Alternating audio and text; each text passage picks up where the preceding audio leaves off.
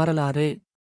குகநாத சுவாமி கோயில் கன்னியாகுமரியில் அமைந்துள்ள சிவபெருமானுக்கு அர்ப்பணிக்கப்பட்ட புகழ்பெற்ற இந்துக் கோயிலாகும். பிரபலமான நம்பிக்கையின்படி இந்த கோயில் 1000 ஆண்டுகளுக்கு முன்பு ராஜராஜ சோழனால் நிறுவப்பட்டது. இது அதன் அழகிய கட்டிடக்கலை மற்றும் மத முக்கியத்துவம் வாய்ந்தது. முக்கியத்துவம்: இந்த கோவிலின் முக்கிய தெய்வம் சிவபெருமானின் மற்றொரு அவதாரமான குகநாத சுவாமி. சிவபெருமான் இங்கு நடராஜராக வணங்கப்படுகிறார். இது ஒரு தனித்துவமான வலது கால் உயர்த்தப்பட்ட நடனம். 11ஆம் நூற்றாண்டைச் சேர்ந்ததாக கருதப்படும் 16 கல்வெட்டுகளையும் நீங்கள் காண்பீர்கள்.